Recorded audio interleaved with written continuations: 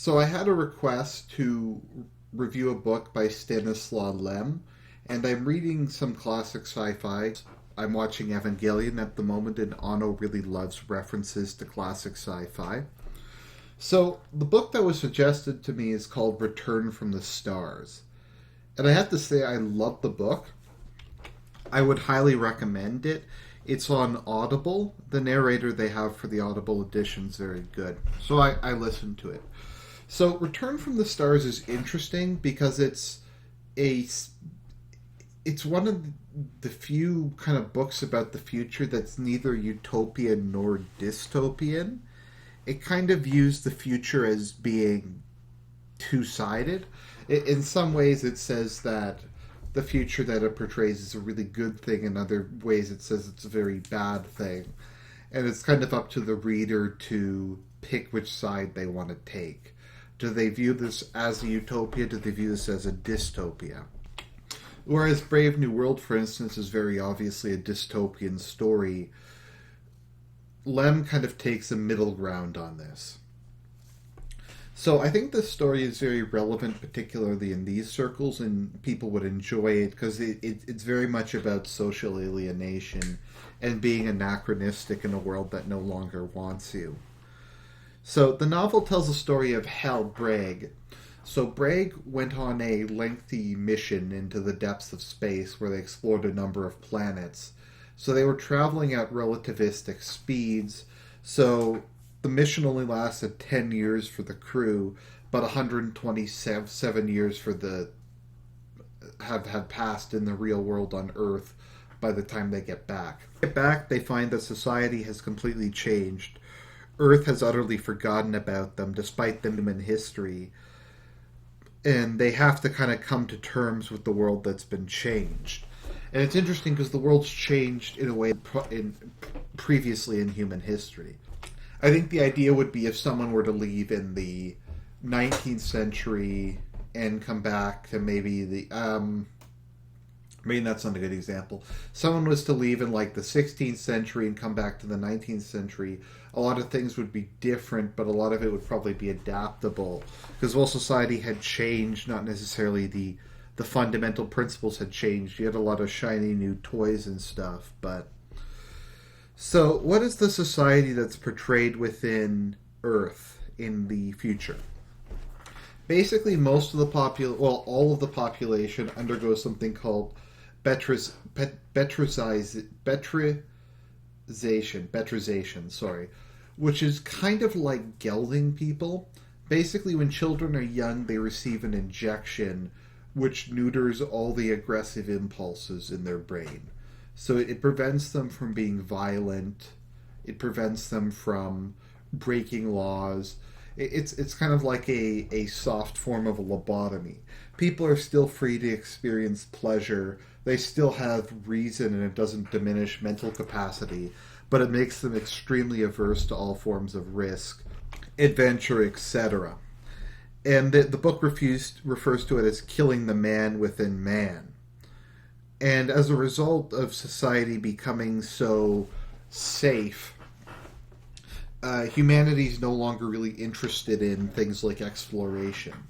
The society has a very low opinion of the space explorations. They view it as dangerous, youthful misadventures undertaken by people who were grossly irresponsible. So they're kind of viewed by their society as being malcontents, those kind of like Neanderthals. There's also the issue that they haven't been betrized, and they can't because they're adults and it can only be done in children. So they're able to act with a full range of emotions that most people don't have anymore. Things like honor, things like a need to feel good about being men, etc. It seems like betrization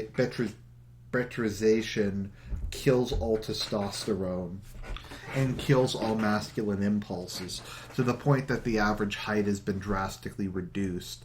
I think it's like 5 something, like 5'8", or people have gotten a lot shorter, and men have lost most of their muscle mass.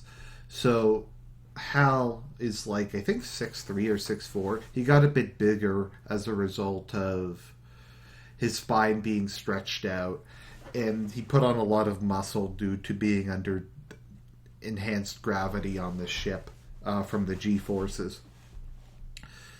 So yeah, so he goes to Earth and he finds a world in which basically robots do everything. So living is free basically. You only use money to buy really big ticket items, like renting. In his case, he used some money to rent a luxury villa on the west coast of the United States. But things like hotels, clothing, etc., food is all free. Because, like I said, robots do absolutely everything. So it's an extremely disposable consumer society. The vast majority of people don't have jobs or they have very frivolous jobs. What's interesting is people spray on clothing. I'm not exactly sure how it works, but people don't put on clothes anymore. They spray them on and then they peel them or wash them off when they're done at the end of the day. And there's all kinds of like salons and stuff where you can go and they'll spray on custom clothing and that kind of stuff. So you have this extremely soft world where all of people's needs are met, where there's no more war, crime, disease, etc. And Lem, I think, is kind of fighting with himself when he's writing the book. Because on one hand, I think, is very sympathetic to Hal's standpoint and says, yes, humanity has basically lost what makes it humanity, particularly Western man, which is obviously what this is about, has lost something fundamental about their character.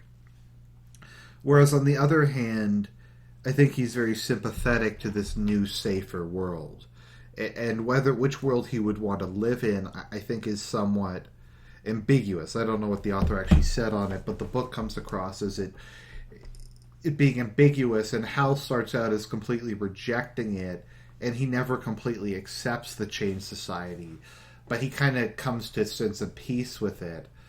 He marries a local girl who's actually an archaeology student, so she can kind of understand him, and he talks to her, and he gradually kind of sees things from the other perspective, and he becomes, I guess they would say, civilized somewhat. The rest of the crew who got back cannot adapt to it and have decided that they're going to go on another expedition and come back in another 100-something years. And hopefully the Earth will have changed back to something that they more resemble. That they find the Earth more alien than another alien world, and they'd rather just leave again than try to deal with it. Which is very interesting, and Hal ultimately chooses to reject going back to the stars and to try to stay on Earth and make the best of it. However, as is pointed out by the other astronauts, his children will be Batrizized, and they'll become testosterone-less geldings just like the rest of humanity. So, kind of the crisis of conscience Hal goes throughout the book is he has very severe PTSD from all the friends who died, some of whom he holds himself accountable for. One person he tried to save, for whatever reason, he was trapped in a dust cloud for several days and his clock broke, and the man went crazy and thought that he was dead, and when Hal came for him, he yelled that he was happy being dead and he didn't want to go back to the land of the living and tried to kill him. So, and then ran off, and Hal left him to die. So Hal says, well, we went away and we came back. I guess we made some interesting things for science, but it's not something society's even interested in anymore. People aren't interested in any of the things we brought back. People don't view us as heroes. People have no sense of adventure. Basically, everything we did was for nothing. My friends died for nothing. And at the end, he goes to the leader of the expedition and starts yelling at him and starts saying, like, oh, this was all sacrificed to your love of science. We didn't achieve anything. We didn't find aliens, anything. And the man just goes, explains to him, he's like, look, we didn't go we went because of science, but we also went because it's there. Because it was a challenge. He said even if the stars didn't exist, we would go on an expedition to find out why there were no stars. It's people naturally want to undertake these challenges, not necessarily because they're going to get anything material out of them, but because they have to. And there's something that I call the infinity will, which is kind of a variant of what Spangler said, and I call it the soul of Western civilization. Obviously, you have the body of Western civilization, which is the ethnic and genetic component of the West, but you also have what I call our soul. So the infinity will is the inability to be satisfied with life as it is. It's the need to always have more. Now, more can be in several terms. It can be, in its worst form, represent a lust for material and consumer goods, a need to constantly consume more. On the other hand, it represents the desire for science, to always make life better, to help people live longer, to alleviate suffering.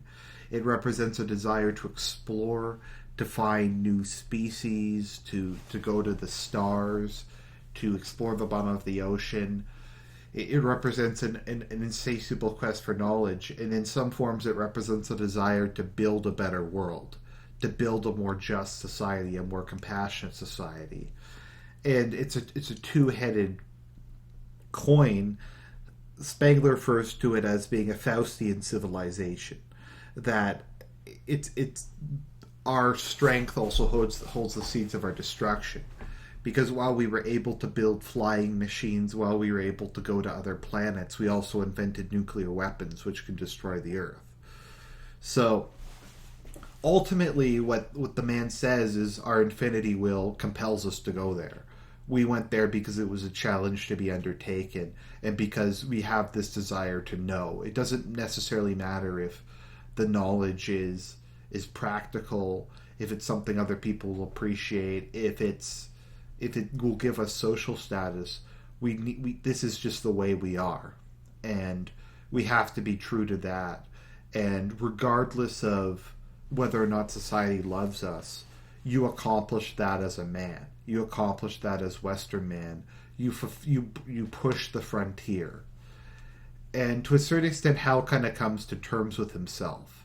He kind of learns to see both sides of it. He kind of acknowledges that the space exploration wasn't very practically important, but that it was important in the sense that they did push the boundaries in a way that hadn't been before.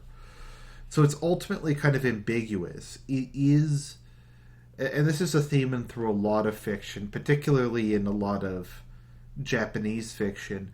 Is it preferable to have a world with no light and no darkness, a gray world, or is it preferable to have a world with disparity?